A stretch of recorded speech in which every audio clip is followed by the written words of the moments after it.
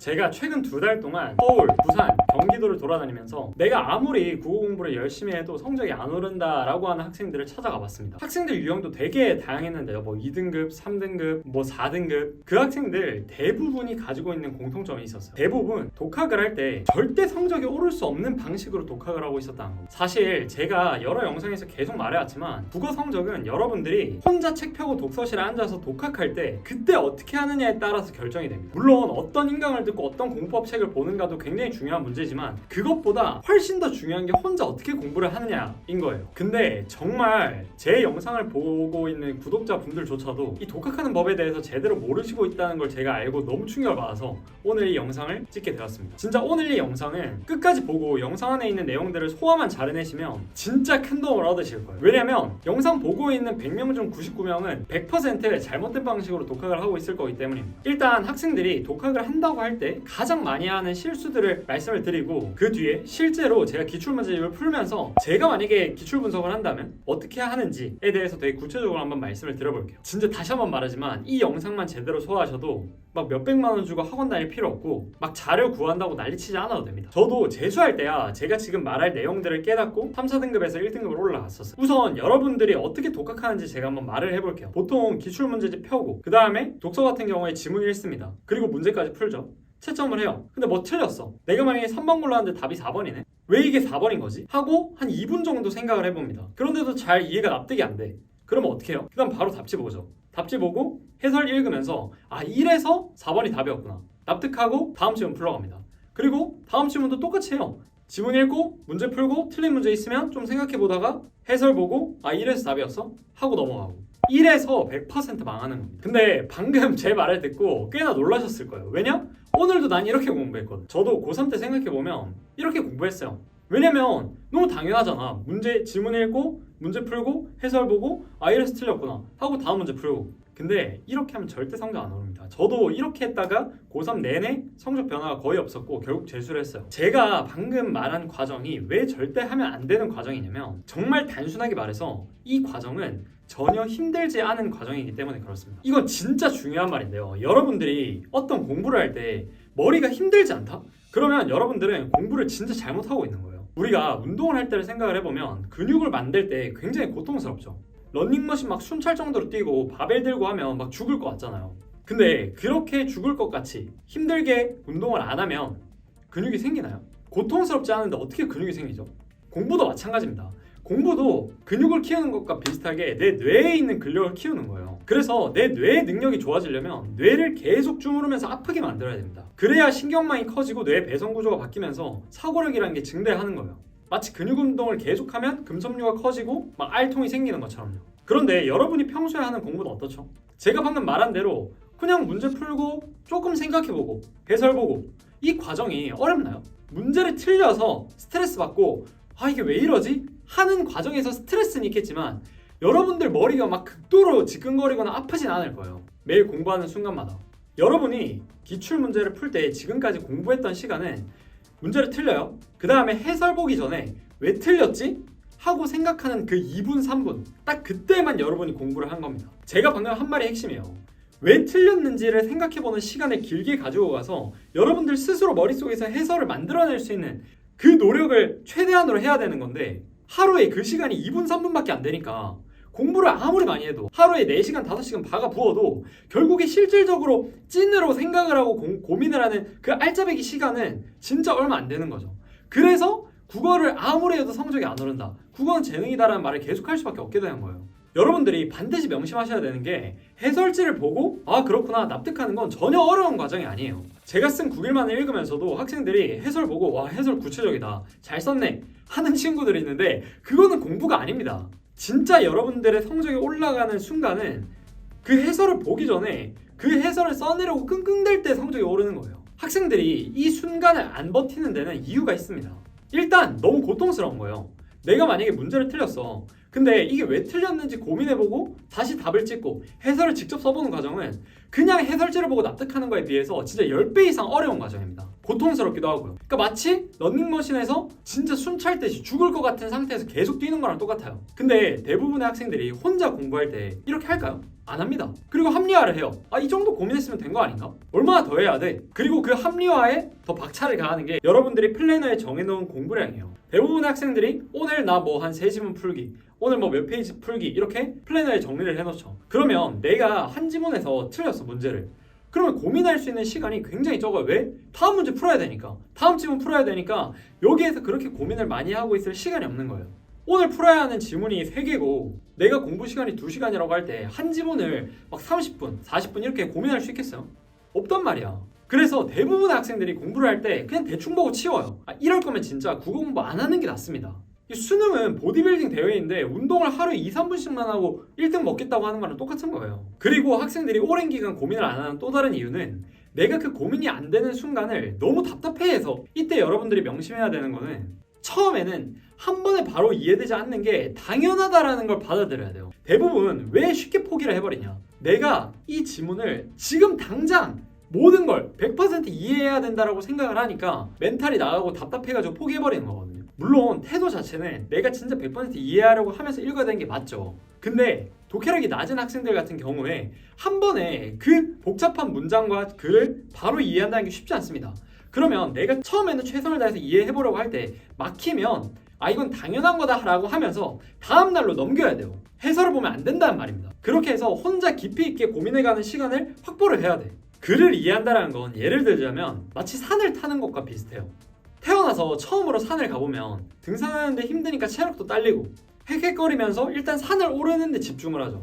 그러다 보니까 주변에 막 다른 장면들이 그렇게 크게 잘 안 보여. 그냥 땅만 바라보고 걷게 되거나 엄청나게 큰 나무나 바위가 아닌 이상 눈에 잘 안 들어온단 말이에요. 근데 여러분들이 산을 여러 번 타다 보면 어떻게 되죠? 체력이 길러지죠. 그러면서 예전에는 단순히 그냥 올라가는 것에만 목적을 뒀기 때문에 잘 안 보였어 주변이. 근데 4번, 5번, 6번 타다 보면 그제서야 보이는 풍경들이 있어요. 내가 가는 길 옆에 피어있는 작은 꽃들도 보이기 시작하고 우렁하게 서있는 나무들의 나무 껍질 모양도 섬세하게 보이기 시작합니다. 그러면서 산에 있는 모든 것들이 점차 선명하게 이해되기 시작하는 거예요. 근데 글 읽기가 이것과 굉장히 유사합니다. 글도 마찬가지예요. 처음 읽었을 때는 내가 독해력이 낮다 보니까 대략적으로 이 글이 무슨 말을 하고 있는지만 허겁지겁 받아들이게 돼. 그러니까 제재가 뭐 경제 제재는 뭐 이런 얘기를 하고 있네, 이게 핵심어인 것 같네, 이러면서 대략적으로밖에 이해를 못해 누구나. 그래서 다시 읽어봐야 되는 거예요. 다시 여러 번 읽으면 처음에 내가 생각을 이만큼 해뒀기 때문에 다음번에 읽을 때는 여기서부터 시작하게 돼요. 여기서부터 시작하는 게 아니라. 그러면 여기서부터 시작하니까 생각을 더 깊이까지 끌고 갈 수 있게 되죠. 그리고 수능은 내 혼자의 힘으로 더 깊이까지 이해를 해내야 되는 시험이기 때문에 이 과정을 혼자 거쳐야 돼요. 근데 여러분 대부분 공부하는 거 보면 여기까지만 생각하고 요 깊이는 인강으로 해결해버려. 해설지로 해결해버리거나. 그러니까 1년 내내 공부를 하면서 내 스스로 여기까지 뚫어보는 경험을 한 적이 한 10시간도 안 되는 거예요. 그러니까 수능장에서는 여기까지 이해할 수 있어? 를 묻고 있는데 그게 발현이 안 되는 거지. 내가 여기까지 내 혼자 힘으로 가본 적은 없으니까. 여러분이 읽는 기출문제는 교수 10명 이상이 밤낮으로 썼다 지웠다를 반복한 글입니다. 단어 하나, 쉼표 하나에도 다 의미가 들어가 있어요. 그러니까 그걸 4등급, 3등급 학생이 보자마자 다 이해해낸다? 다 읽어낸다? 쉽지 않단 말이에요. 여러 번 봐야지 완전한 뜻을 이해할 수 있게 돼요. 그래서 제가 방금 말씀드린 것을 정리해서 핵심을 말씀드리면 결국에 여러분들이 기출문제를 풀 때 가장 흔하게 하는 실수는 혼자 생각하는 힘, 혼자 해설을 만들어 보려고 끙끙대는 시간이 압도적으로 작다는 겁니다. 그래서 기출을 아무리 봐도 성적이 안 오르고 국어 공부를 아무리 해도 성적이 안 오르는 거예요. 여러분들이 혼자 끙끙댈 때 느끼는 그 답답함, 미칠 것 같은 그 순간을 견뎌내야 됩니다. 수능 1등급은 운동으로 따지면 운동선수 중에서 상위 4% 이내에 들어가겠다는 거예요. 그러면 그 선수들이 맨날 쉬운 운동만 하고 그렇게 하겠어요? 근육이 터질 것 같고 진짜 숨이 차서 미칠 것 같고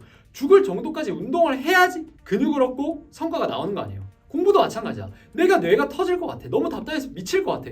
이 구절이 무슨 뜻인지 모르겠어. 그렇다고 거기서 멈추고 바로 쉬어버리면 안 된다고. 해설지 보거나 인강 보면서. 그걸 견디고 계속 내일, 모레 계속 고민을 해봐야 돼. 저도 사실상 고3 때는 그냥 막 답답하니까 이 정도까지 해야 되나 싶어가지고 바로 해설지를 봤어요. 그러고 자위를 해. 나도 이 정도 생각할 수 있었다. 이런 거였어? 쉬운 문제였네. 근데 혼자 생각해보면 그게 안 된다니까요. 완전 다른 문제야. 해설해놓은 걸 보면 뭔가 내가 이걸 이해할 수 있었던 것 같은 느낌이 들지만 실제로 해보면 완전히 달라요. 그래서 저는 재수할 때 고3 때 그렇게 해서 망해봤잖아. 그래가지고 재수 때는 책을 펼치고 최대한 해설지를 안 보려고 했어. 왜냐면 머리를 자극해서 결국에 내가 혼자서 고차원적인 사고를 할 수 없으면 수능장에서는 다 털린다는 걸 몸소 체험을 했거든. 맞아본 거야, 수능장에서. 그러다 보니까 결국에 재수할 때도 내가 이거를 혼자 뚫어낼 수 있는 힘이 없으면 어차피 수능날 망하겠다 라는 자각이 있었어요. 그래서 해설지를 안 봤지, 최대한. 왜? 해설지는 남이 뚫어놓은 걸 구경하는 거잖아. 그래서 내가 물론 점수대가 낮은 학생이라면 그때는 해설지를 봐야 돼. 그때는 해설지를 보고 방향성을 잡아야겠죠. 이런 식으로 독해를 해야 됐던 거구나. 근데 내가 지금 공부한 지 한두 달이 지났어. 그러면 어떻게 읽어야 되는지 대략적인 방향성은 잡혔을 거란 말이에요. 그때부터는 혼자 고민을 해봐야 돼. 혼자 고민을 하면서 어떻게 해서든 내가 이 문장을 내 힘으로 뚫어보려고 해야 된다는 거예요. 수학 문제도 마찬가지잖아. 내가 수학을 완전 못해, 노베이스야. 그러면 해설지 보면서 이렇게 푸는 거였어 하면서 어느 정도 익혀나가야겠지. 근데 1등급이 되려면, 최고가 되려면 해설지를 보지 않고 끙끙대는 시간이 반드시 필요해요. 그게 국어도 마찬가지라는 거야. 근데 대부분의 학생들은 다른 과목이 최상위권인 학생이라 하더라도 국어에서만큼은 그렇게까지 생각을 안 해요. 그리고 여러분들이 등급대가 낮다면 예전 기출부터, 즉 쉬운 기출문제부터 풀어야 됩니다. 왜냐면 요즘 최신 기출문제나 어려운 기출문제 같은 경우에는 여러분들이 읽었을 때 막히는 문장이 막 한 대여섯 개야. 그러면 나 같아도 이걸 어떻게 뚫지 하는 막연함이 탁 다가오고 답답해가지고 해설 보고 싶을 것 같아. 그래서 여러분들이 독해력이 낮을 때는 낮은 독해력으로 읽어도 대부분이 뚫리는 그런 지문들부터 정복을 해나가야 된다는 거예요. 그래서 내가 읽었을 때 도저히 안 뚫린다 하는 지문이 한두 개 정도 있는 지문? 그 정도 난이도부터 하나씩 차근차근 생각하는 연습을 해보는 거죠. 그 지문들로 연습을 하다가 나중에는 처음에 대여섯 개 안 뚫렸던 문장도 보면서 다시 한 번 더 이해를 해보려고 하는 거예요. 그러면 당연히 독해력이 올라와 있기 때문에 이해가 더 잘 된다고. 마치 이런 거랑 똑같아. 게임 캐릭터 키울 때 바로 내가 레벨 1인데 레벨 100짜리 몬스터한테 가가지고 칼 휘두르고 있으면 경험치가 오르나요? 레벨이 올라요? 안 오르지. 안 죽여지는데. 그럼 100짜리를 어떻게 해야 돼? 내가 슬라임부터 잡아야 될 거 아니야. 레벨 2, 3짜리 몬스터부터 잡으면서 레벨업을 해나가야 될 거 아니야. 그래야지 차근차근 그게 나중에 100짜리 몬스터를 죽일 수 있는 독해력까지 올라가지는 거죠. 그래서 제가 독해력이 낮으면 낮을수록 옛날 기출부터 풀라고 하는 거예요. 근데 여러분들 어때? 기출문제집 보면 대부분이 최신 기출부터 먼저 나와 있고 최신 기출 봐야 될 것 같잖아. 옆자리 친구는 최신 기출 풀고 있어. 인간 강사들 다 최신 기출 가지고 강의하고 있어. 그러다 보니까 이해는 해. 근데 여러분이 아무리 때려도 죽지 않는 보스몹 같은 거예요. 그런 것들은. 그리고 그 보스몹을 인간 강사 동원해가지고 레이드에서 깼어. 그렇다 하더라도 여러분들의 경험치는 얼마 안 들어온다고. 그렇게 해서 깨더라도. 왜냐면 그 인간 강사 구하를 해줘가지고 죽여버린 거기 때문에 그 보스몹을. 결국 또 혼자 보스몹 잡으러 가면 죽게 돼 있어요. 근데 시험장에 인간 강사 데리고 갈 수 없잖아. 그러니까 혼자 그 능력을 기르려고 발악을 해야 되는 거예요. 근데 이 사실조차 모르고 있는 애들이 정말 많다는 거예요. 그러면서 그냥 막연하게 그래 문제 많이 푸니까 비문학이 약 많이 때려받고 있으니까 잘 되겠지. 절대 안 됩니다. 자, 여기까지 봤으면 이제 여러분들이 혼자 고민하고 푸는 그 시간이 얼마나 중요한 것인지 이해를 했을 거라고 생각을 해요. 그러면 이제 책을 보고 문제를 풀어야겠죠. 이때 여러분들이 지금 1등급이 아니라면 8월 달까지는 무조건 기출문제집만 봐야 됩니다. 이거는 제가 진짜 매번 강조를 하는 건데도 한 6월쯤 지나가면 애들이 단체로 다 이상한 병에 걸린 듯이 이상한 걸 풀고 있어요. 리트에 손대는 애들도 있고 사관학교 아니면 주간지, EBS 아무리 설득해도 듣질 않습니다. 제가 이번에 제대로 한번 설득을 해드려 볼게요. 자, 여러분이 한번 생각을 해보세요. 여러분이 수능 출제자야. 수능 출제하러 들어갔어. 그러면 가장 먼저 뭘 할 것 같으세요? 가장 먼저 기출 문제를 보겠죠. 왜? 내가 지금 수능을 내야 되는데 이전에 사람들은 어떻게 내는지 봐야지 내가 제대로 낼 거 아니야. 그러면 출제자들이 기출 문제를 보고 새로운 문제를 낼 텐데 그렇다고 했을 때 기출 문제랑 완전 다르게 새로운 문제를 낼까? 아니면 비슷하게 낼까? 내가 완전 다르게 내서 즉 도박을 해가지고 욕먹을 수도 있는데 그럼 일자리 잃는 건데 누가 이 도박을 하고 싶겠어요? 대부분은 이전에 나왔던 기출문제의 논리 구조, 문제 내는 형식, 글 쓰는 형식들을 비슷하게 소재만 바꿔가지고 출제를 할 거란 말이에요. 그러면 당연히 기출문제에 나와 있는 건 전부 다 보고 내가 그 논리 구조, 출제 원칙, 문제는 그 구조를 익혀놔야 되지 않겠어요? 근데 대부분의 학생들은 이게 안 돼 있는데도 막 새로운 걸 찾아다녀. 왜?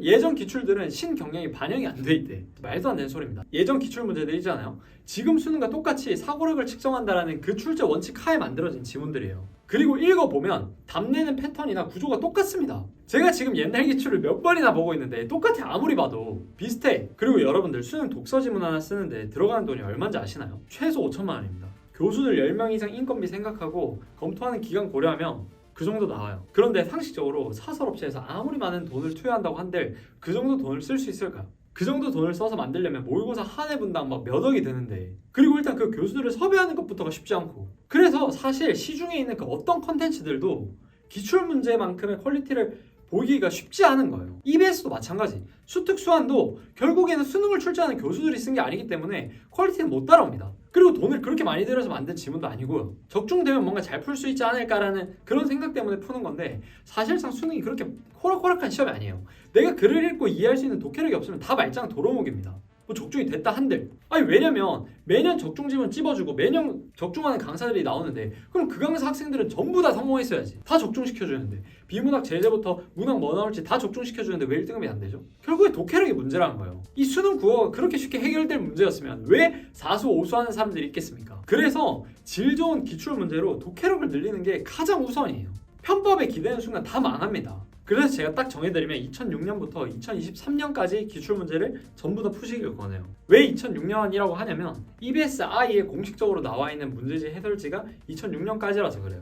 나머지는 여러분들이 해설지 구하기도 쉽지 않고 공부하는 게 좀 힘들 겁니다. 물론 더 보면 좋겠지만 그 이전 기출문제들은 해설이 명확하지 않다 보니까 여러분이 공부하다가 방향성을 잘못 잡을 수도 있어요. 진짜 막 2006년 너무 옛날 기출 아니냐, 뭐 나는 최신 기출 5개월만 풀고 1등급 나왔다 이런 말 하는 사람들이 있는데 제가 다 말했죠. 사실 그때 지문이라고 해서 퀄리티가 나쁜 게 아니고 전부 다 돈을 많이 투여해서 만들어진 지문이고 출제 원칙은 변하지 않았다. 그리고 출제자들도 그거 다 보고 들어간다. 그러니까 안 볼 이유가 없다.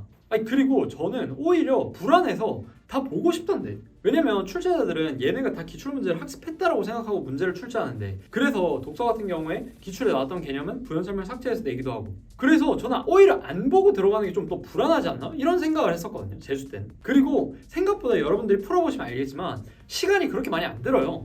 왜냐면 그 당시 지문들은 지금 최신 기출에 비하면 난이도가 낮기 때문에 한 지문 제대로 이해하고 분석하는데 그렇게 많은 시간이 필요하지도 않습니다. 여러분들이 명심하셔야 되는 게 사람은 누구나 더 쉬운 길에 끌리게 돼 있어요. 콜라를 주에 2, 3회만 먹어도 당뇨 확률이 70%가 증가한다 라는 말이 있고 콜라를 주에 2, 4번 정도만 먹는 거는 당뇨에 그렇게 큰 영향이 없다 라는 문장이 있다고 했을 때 여러분들이 콜라를 좋아하는 사람이면 당연히 두 번째 문장이 더 끌리게 되어 있다고. 그게 사실이든 아니든. 공부도 마찬가지지. 내가 공부할 시간이 없어. 그러면 기출 5개념만 봐도 된다 라는 말이 당연히 더 끌리죠. 근데 그러면 다 아는 사람들은 바보예요. 재수학원 1월부터 들어가가지고 14시간씩 공부하면서 전기출 다 보는 애들은 바보라서 그렇게 하는 거냐고. 그러면 내가 기출문제 풀어야 된다는 거 알겠어. 뭘로 푸냐? 라고 질문하는 분들이 계신데 제가 원래는 마더텅이랑 자이스토리, 마달 이렇게 세 권을 추천했었어요.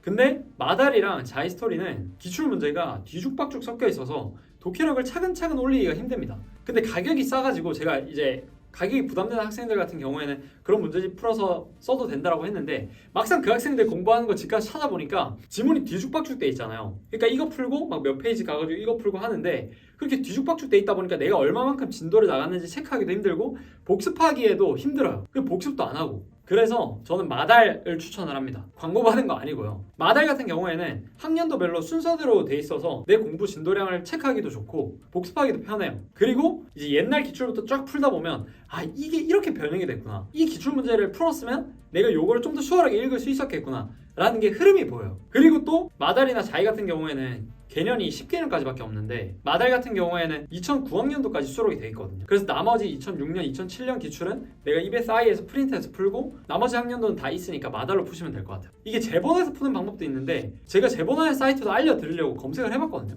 근데 제본이 더 비싸더라고요.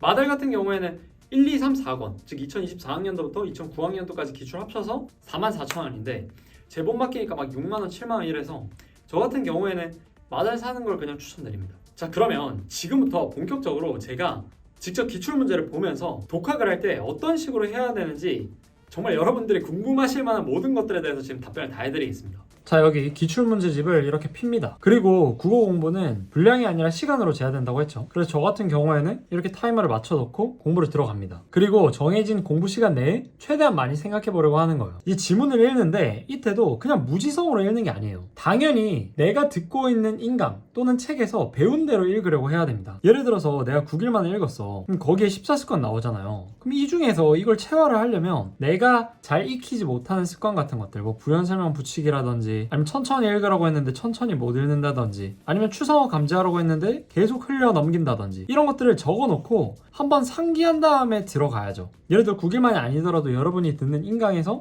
뭘 하라고 했어.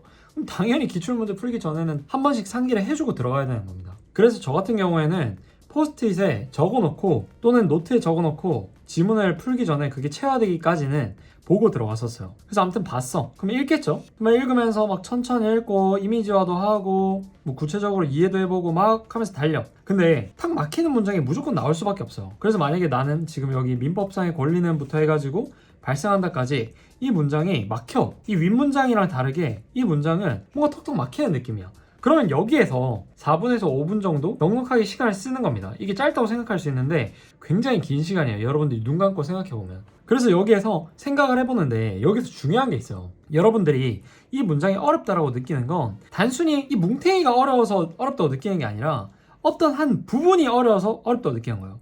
예를 들어서 민법상의 권리는 하고 시작되고 있잖아요. 그러면 내가 민법이라는 단어를 몰라서인지 아니면 민법상의 권리라는 단어를 몰라서인지 여러 가지가 있는데 사실 이 말은 어렵지 않잖아요. 내가 만약에 막힌다면 이 부분이겠지. 여러 가지가 있는 데가 아니라. 그리고 계약 없이 법률로 정해진 요건의 충족이래. 요건이 무슨 말이지? 계약이 뭐지? 계약 없이 법률로 정해진 요건을 충족한다는 게 무슨 의미지? 이런 식으로 끊어서 하나씩 생각을 해봐야지 내가 이해가 안 되고 있는 부분이 명확하게 잡혀. 그리고 대개 계약이 효력으로 발생한다는데 왜 그런 거지? 왜 대개 계약의 효력으로 발생하는 거지? 이런 식으로 구체적으로 막 요리조리 생각을 해봐야 됩니다. 그리고 생각을 그냥 뭉탱이로 하면 그냥 이 문장 어려워하고 끝나는데 끊어서 해야 돼. 끊어서. 단어를 모르는 건지 문장 간의 관계를 모르는 건지 이 부분을 모르는 건지 아니면 이 부분을 모르는 건지 여길 이해 못해서 이해가 안 되는 건지 아니면 아직 밑부분을 이해를 못해서 이해가 안 되는 건지 나눠서 생각을 해야 돼요. 암튼 생각을 해봤어. 뚫리면 그냥 넘어가면 되는데 안 뚫려 그럼 밑줄 그어야겠죠. 밑줄 그어놓고 계속 읽습니다.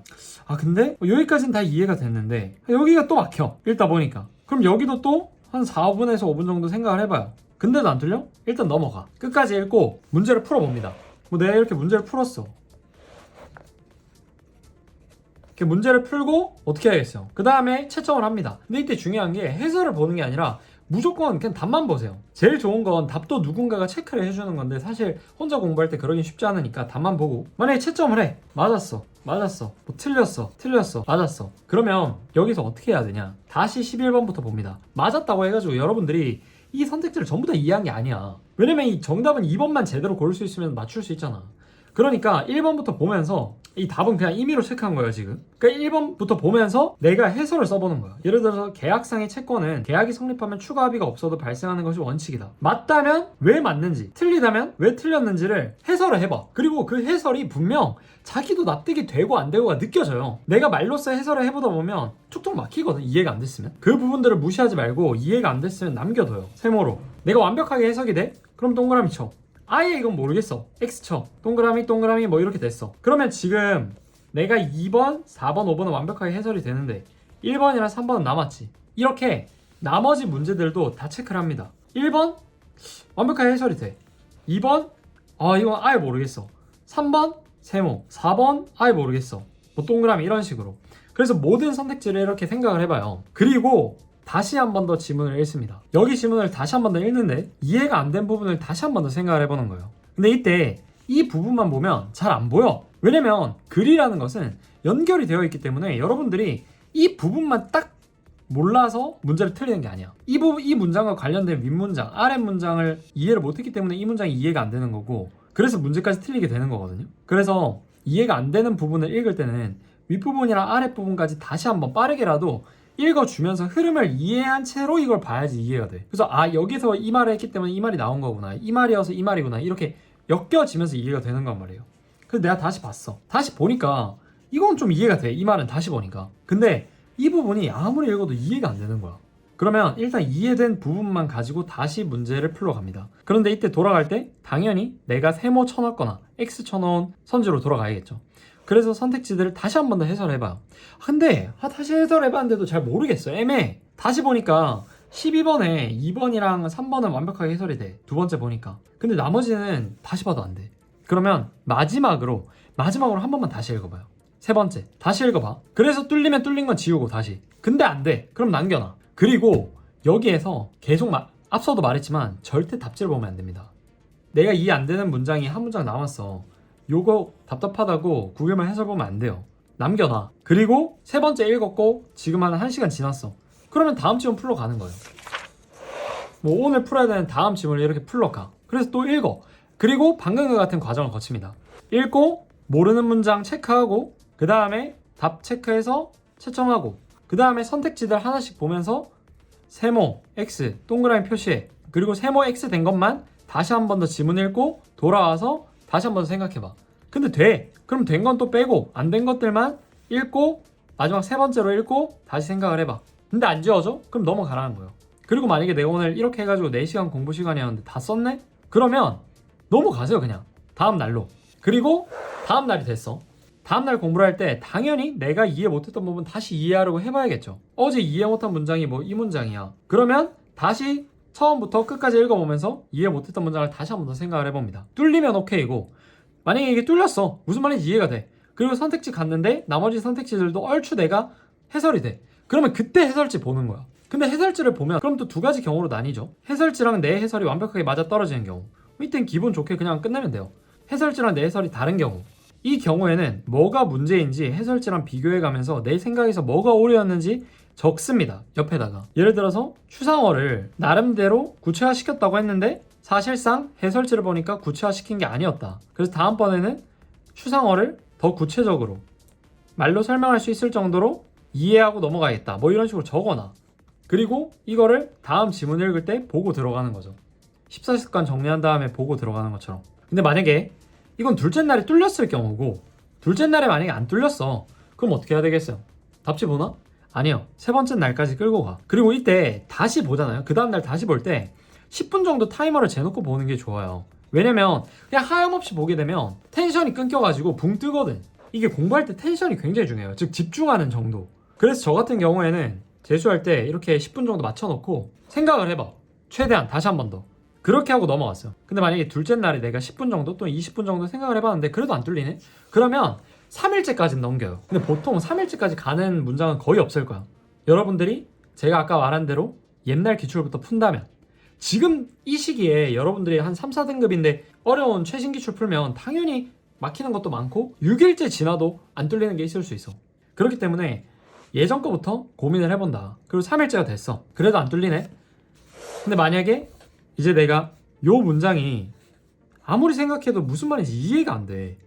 이것 때문에 지금 이해가 안 되는 것 같아. 선택지 해설이 안 되는 것 같아.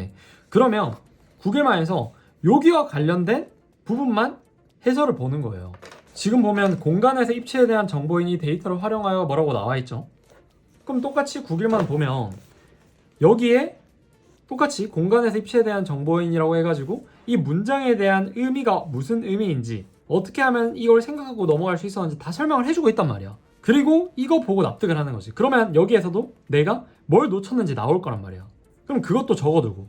여러분이 구글만을 그냥 보면 효과가 없어. 크게 없단 말이에요. 왜냐면 구글만에서는 1, 2, 3 이 문장에서 가져갈 것을 1, 2, 3으로 말해주고 있어. 근데 여러분들이 혼자 생각해서도 1번과 2번은 생각할 수 있었어.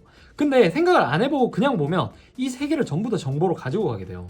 그러면 학습 효율이 떨어지지. 왜냐면 내가 생각하고 봤으면 3번만 들고 가면 되는데 1, 2, 3번도 다 봐야 되니까. 그리고 무엇보다 이거에 대한 해설이 머릿속에 안 박혀. 왜냐면 내가 틀려본 다음에 교정을 했을 때는 뇌에 충격이 강하게 가지만 틀려본 적도 없는 걸 그냥 다 붙어드리면 뇌에 충격이 안 가.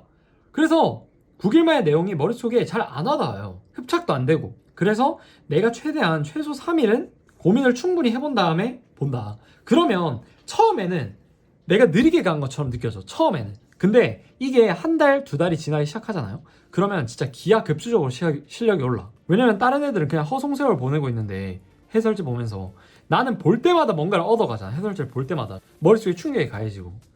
그러니까 습득, 체득되는 속도가 다르다는 거예요. 장기적으로 봤을 때는. 그리고 또 여러분들이 그래서 이 9일만에 있는 지문들은 되게 소중하게 봐야 되는 거예요. 왜냐면 보통 여러분들 기출문제집 보면 어때요? 이렇게 한 문장씩 해설되어 있는 기출문제집이 없어. 그리고 있다 하더라도 9일만만큼 그렇게 구체적이지 않고. 그러다 보니까 여러분들이 공부를 하실 때 여기 있는 지문들은 진짜 소중하게 봐야 돼요. 혼자 고민 많이 해보고 봐야 되는 거예요. 그러면 얻어가는 게 굉장히 많을 거예요. 9일만에서. 그리고 9일만이 자그마치 지금 보시면 알겠지만 500페이지야. 요것만 제대로 익혀도 웬만한 인간 강사 풀컬이라고. 그리고 9일만에 있는 지문들은 역대 나왔던 지문들 중에서 난이도가 제일 어려운 것들만 모아뒀기 때문에 여기 있는 걸 여러분들이 한 문장씩 이렇게 다 이해할 수 있게 된다? 그러면 다른 쉬운 지문은 알아서 충분히 해결이 가능해요. 조금만 고민해보면. 그래서 지금 제가 말한 이 공부법이 여러분들이 하는 거랑 뭐가 다르냐. 결국에 여러분들은 이때까지 공부를 어떻게 했어? 2분 정도 생각하고 말았잖아. 한 2분 정도 생각하고 바로 해설지 보러 갔잖아요. 그러니까 여러분들이 실제 공부하는 시간 2분이었던 거야. 근데 이거는 여러분들 혼자서 고민하는 시간이 최소 1시간이죠. 계속 생각하게 만들잖아. 이 해설을 쓰려는 생각들을. 그러니까 혼자서 이 문장을 보고 이 문장을 깊이 있게까지 뚫어내는 연습이 계속 되는 거야. 이 과정에서. 그러니까 이 과정에서 머리도 복잡하게 되고 머리도 아프고 엄청 지끈거릴 거예요. 이게. 그리고 반드시 말로 설명해 보려고 해봐. 머릿속으로만 생각하면 생각보다 잘 안 돼요. 그래서 속으로 중얼중얼 거리면서 아 이게 이래서 이런 거구나. 또는 글로 써보면서 이래서 이게 이거다 라고 명확하게 이해를 한번 해봐. 내가 진짜 제대로 이해를 한 거는 이렇게 명확하게 표현이 가능해요. 표현이 안 된다? 그럼 이해를 못한 거야. 그리고 내가 이해를 못했더라도 표현을 안 해보면 인지를 못해요. 그래서 표현을 해보면서 인지를 다시금 하는 거야. 아, 나 이해한 줄 알았는데 이해 못했구나. 그리고 문학도 마찬가지예요. 예를 들어서 이렇게 시가 있어. 이용학 그리움 시가 있어. 읽어봐 처음에. 근데 이해가 안 돼. 작은 마을에도 복된 눈 내리는가라고 하는데 이 복된 눈이 도대체 무슨 말인지 이해가 안 돼요. 암튼 이해 못한 채로 문제 풀었어. 맞고 뭐 틀려. 시점하죠. 그 다음에 선택지를 다시 봐. 문학은 독서보다도 진짜 꼼꼼하게 선택지를 봐줘야 돼. 왜? 선택지의 개념들이 단어가 있거든. 자주 나오는 패턴이나 자주 나오는 단어들에 대한 개념들이.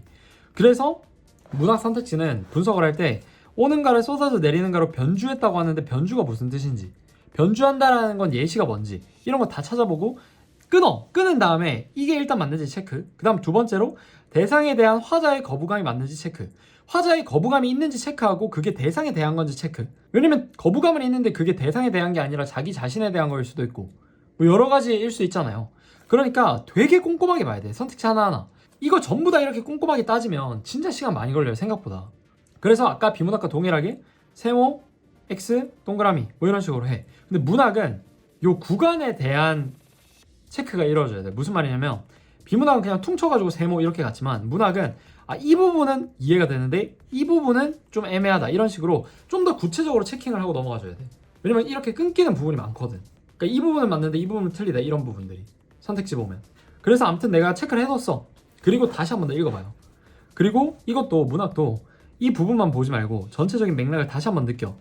구글만에서 말한 대로 이미지와 내면세의 공감 다시 한 번 더 천년부터 하면서 다시 한 번 더 천천히 읽어봅니다. 그러면서 끊어서 생각을 해봐. 복되다라는 게 무슨 뜻인지, 이게 왜 눈이랑 연결이 된 건지, 합쳐져서 이걸 내리는가? 왜 화자는 이런 말을 한 거지? 화자가 내면태기가 지금 뭐지? 화자는 지금 뭘 보고 있지? 생각을 다채로 깨보면서 다시 한 번 더 뚫으려고 해봐요. 한 번 더 했어. 봤어. 근데 이건 다시 보니까 이해가 되는 것 같아. 요게 근거가 있었어. 근데 요것들은 아무리 봐도 이해가 안 돼. 이 3번 선지는 다시 한 번 더 읽어봐. 세 번째로. 그래도 이해가 안 되네? 그럼 넘겨. 마찬가지로. 그리고 오늘 풀어야 되는 다른 지문 풀어요. 뭐 소설이 될 수 있겠죠. 소설도 읽으면서 이해가 안 되는 구절이 나와. 그러면 그 구절 체크해놔. 왜 얘는 온갖 사물이 심장에 맞닿아 있는 듯한 그런 느낌을 이전에는 한 번도 가져보지 못했던 거지? 이게 무슨 말이지? 왜 갑자기 이 말이 나온 거지? 이것도 똑같이 생각을 해봐요. 시 구절 따지듯이. 선택지 따지는 것도 마찬가지로.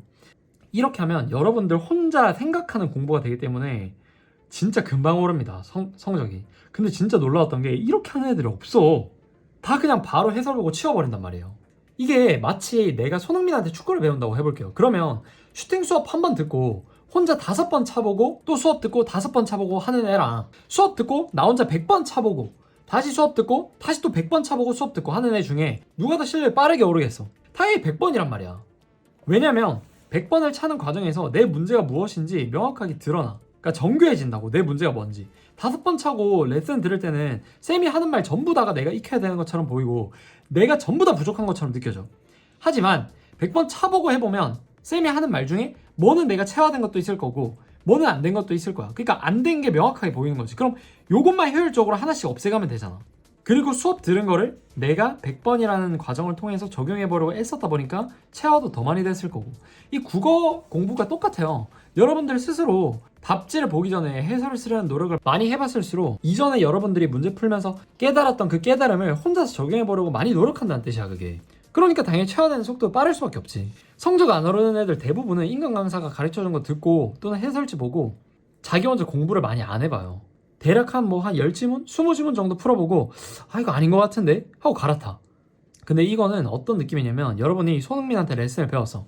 한 5번 차보고 손흥민처럼 가마 차이가 안 되네? 하면서 호날두한테 또 레슨을 받고 호날두가 무회전 슈팅 가르쳐줬어.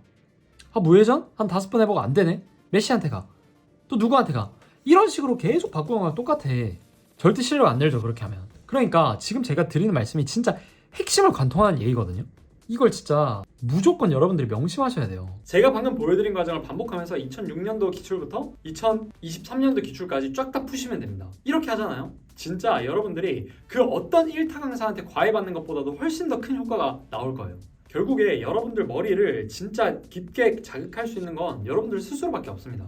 스스로가 이 과정을 거치면서 머리가 지끈거리는 느낌을 받고 이렇게 해야지 점수가 오르겠구나라는 걸 느껴야 돼요. 그리고 이걸 한 달만 해봐도 느낌이 올 겁니다. 왜? 전이랑 내가 그리는 실력이 완전히 달라진 게 느껴지거든 스스로가. 그래서 지금 인강 중독자인 학생들 아니면 뭐 백날 첫날 그냥 글 겉핥기식으로만 읽고 제대로 혼자서는 생각 안 해보고 국어 공부할 때 머리가 아프지 않는 학생들 진짜 이 영상을 만난 걸 여러분들 인생을 바꿀 기회라고 생각하고 진짜 제가 오늘 시킨 대로 해보세요. 또 막 학생들 중에 내가 기출을 너무 많이 봐가지고 답이 기억난다라고 하는 학생들이 있는데 그거는 여러분들이 2006년도까지 기출을 안 봤기 때문입니다.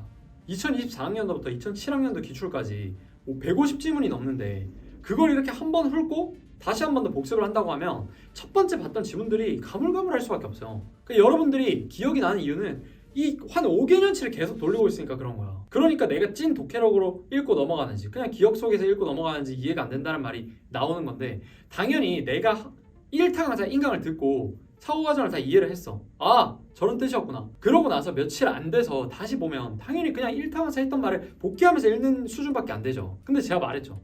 여러분들 스스로 그 사고를 할 수 있게 해야 된다고. 그러니까 새로움이 느껴지는 기출들을 계속 보면서 그 연습을 해줘야 되는 겁니다. 그게 기출의 분량을 길게 가지고 가면 알아서 되고요. 리프레시 되면서. 그러니까 기출은 진짜 2024학년부터 2007학년도까지 최소 수능 전까지 5회독은 한다라는 생각으로 읽으셔야 돼요.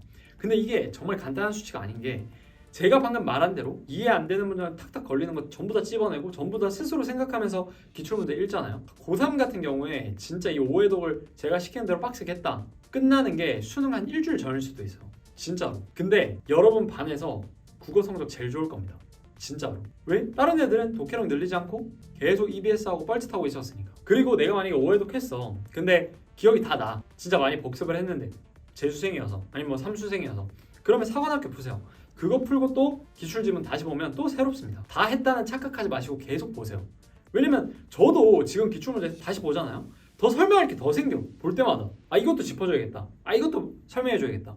근데 지금 1, 2년 공부한 여러분들이 다 했다라고 생각하는 건 조금 어불성설이라고 생각을 합니다. 그러니까 겸손한 태도로 계속 보세요. 그리고 제가 시키는 대로 다 하고 나면 한 9월에서 10월쯤 될 겁니다. 빠르면 9월, 늦으면 10월. 그럼 그때부터 사설 모의고사 풀면서 대비를 하시면 돼요.